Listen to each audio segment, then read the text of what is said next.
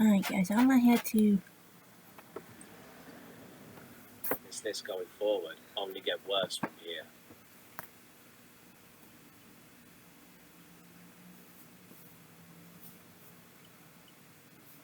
Luke Helder's musical career was quite brief. Born in 1981 to an Army commander father and health worker mother, Helder was an art and industrial design student at the University of Wisconsin-Stout. By all accounts, Helder was a good student who was polite and attentive in class. In the year 2000, he and two college friends formed a grunge band named Apathy, in which he performed guitar and lead vocals.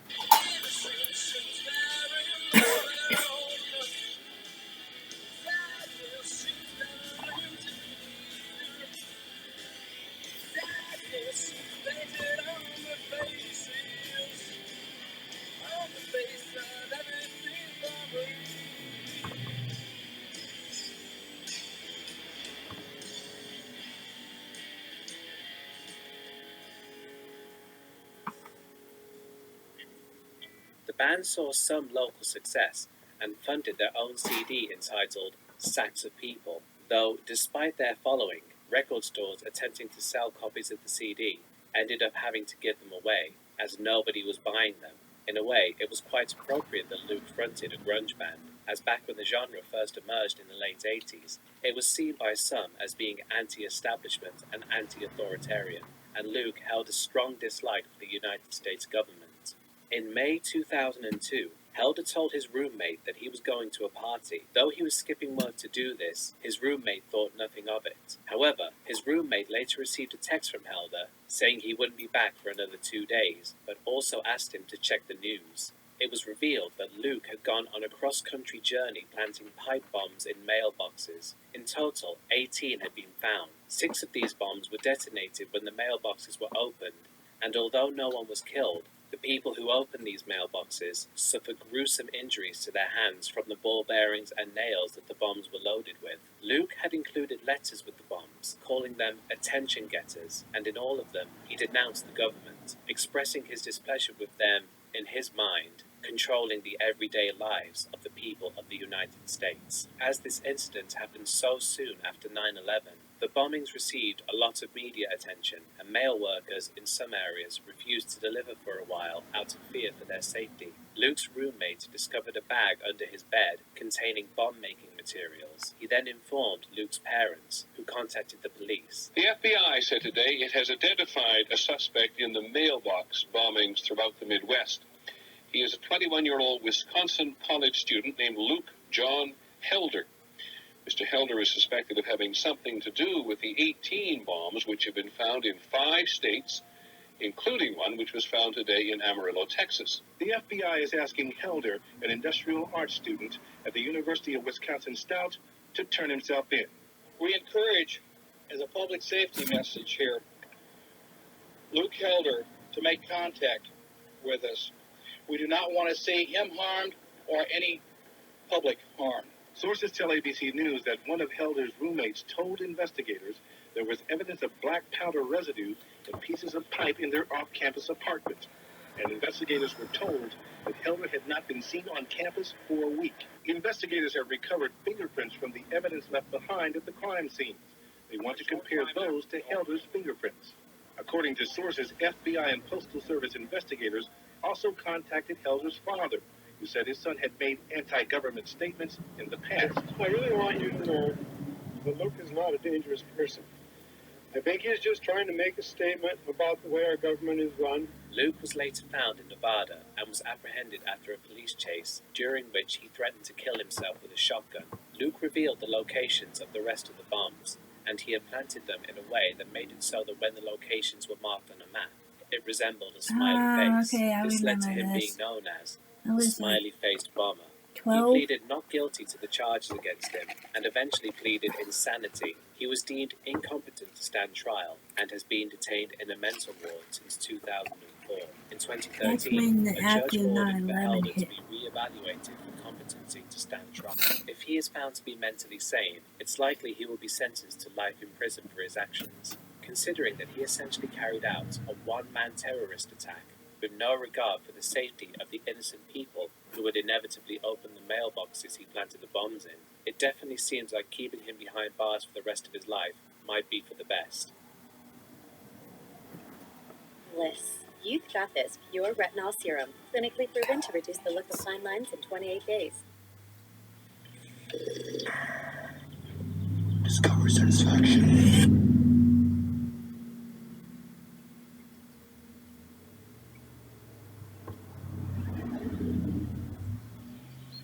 Mirror, mirror, framed in gold. In your depths, a story old of a rock star who became a monster with an awful name. Definitely one of the more infamous and hated people on this list. Paul Gadd, known almost exclusively by his stage name Gary Glitter, is a British rock singer who was most active during the glam rock era of the 1970s. He'd actually begun his career in 1960, releasing his first single at the age of 15 under the name Paul Raven.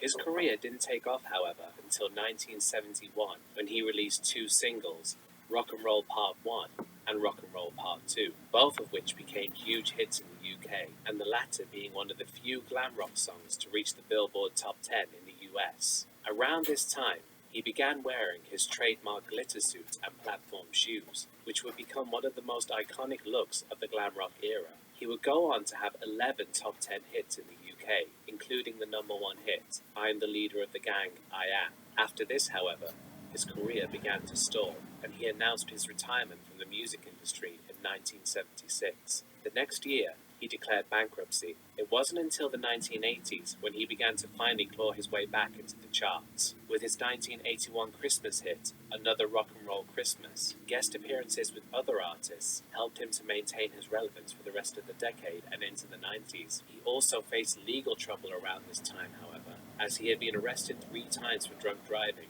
with the last arrest resulting in a 10-year driving ban. His success continued into the 90s, with him releasing the best-selling autobiography, The Leader, and also performing at the opening ceremony of the 1994 FIFA World Cup in Chicago, which was viewed by hundreds of millions of people in 46 countries. He was also set to make a cameo in the Spice Girls movie, Spice World.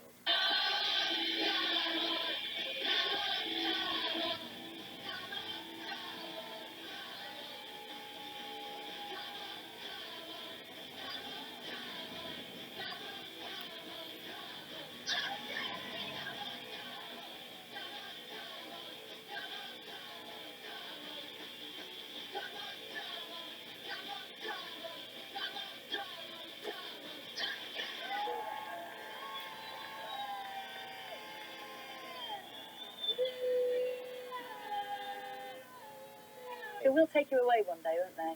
They'll come and go, this is it, Gary. You reckon? We're off. Straight jacket and all. In 1997, his career would crash and burn after a disturbing revelation about Glitter's private life became public. In November 1997, Glitter had taken his laptop to PC World for repairs. What the technician found on Glitter's hard drive shocked him.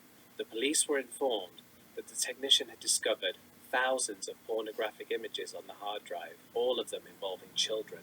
The police then searched his homes in London and Somerset and discovered more images. The story quickly spread through the media, and Glitter's cameo in Spice World was removed in response. In total, Glitter was found to be in possession of over 4,000 images. On November 12, 1999, he was sentenced to 4 months in prison and registered as a sex offender. Upon his release, he expressed regret for what he did and said he wanted to move on from the incident. I deeply regret doing what I was sent to prison for.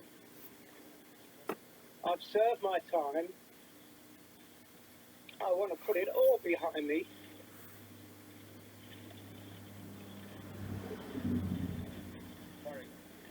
I've lived my life. Glitter was rejected by the British public following the incident and fled to Spain.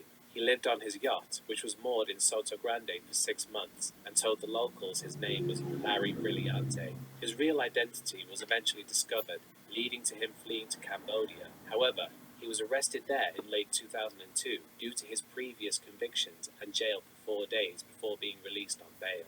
Following this, he was deported and eventually settled in Vietnam. He attempted to gain permanent residency in the country, but ended up having to go on the run after authorities learned he was banned from a nightclub for groping a teenage waitress. When police raided his home, they found he had been living with a 15-year-old girl. He was apprehended while trying to escape the country on a flight to Bangkok. 6 girls, aged 11 to 23, had accused Glitter of engaging in sexual acts with them. Glitter's lawyer was able to have the rape charge dropped due to insufficient evidence. Had he been found guilty, he would have most likely have been sentenced to death by firing squad. Glitter later paid compensation to the families of the girls he was accused of having molested. He was, however, found guilty of engaging in acts with girls aged 10 to 11 and sentenced to 3 years in prison. 40 minutes, jeez. No, I'm not. I haven't done anything. I'm innocent. I'm innocent. It's a conspiracy. One in the front, guys. They're right in the front, Jim. You know who. Upon his release, he was deported back to the UK. Before returning there, he had attempted to enter Thailand. However, he was denied entry, as he was considered a danger. Over 19 countries stated that he was denied entry before he finally returned to the UK. Upon his return, he was immediately added to the sex offenders register for life. In 2012, the British police launched Operation U-Tree, an investigation into historical allegations of child sexual abuse following the scandalous revelations of countless indecent acts committed by British TV presenter Jimmy Savile. Glitter was among those arrested by the police. In 2014, he was charged with 8 counts of offences committed against girls aged between 12 and 14 between the years of 1977 and 1980. In 2015, he was also accused of committing obscene acts with 3 more girls between 1975 and 1980. On February 5, 2015, he was convicted of rape and 4 counts of sexual assault and was sentenced to 16 years in prison. Since his first conviction in 1999, Glitter has been seen by everyone as nothing more than a disgusting human being, and rightly so. His career is now non-existent, and at 77 years old, most people now only wonder if he will live to see his release, or if he will die in prison. Regardless, he will always be known now as, to quote Gary himself, the rock star who became a monster.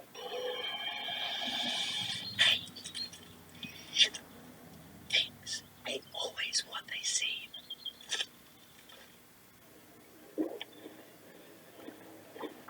Red Bull gives you wings.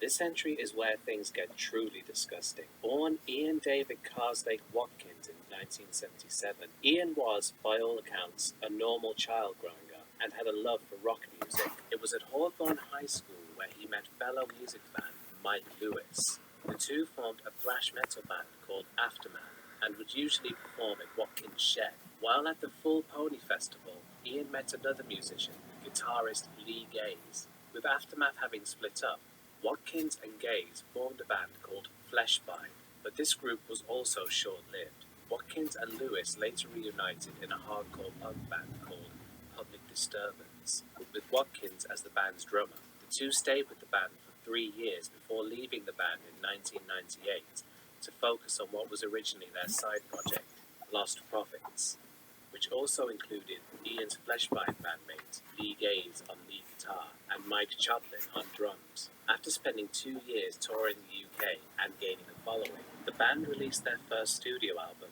The Fake Sound of Progress. At first, the album received little attention, but upon the release of the 2 singles, Shinobi vs. Dragon Ninja and the album's title track, the band went on to receive much Okay, more guys, mainstream I'm gonna attention. stop right here because it's like 40 minutes, so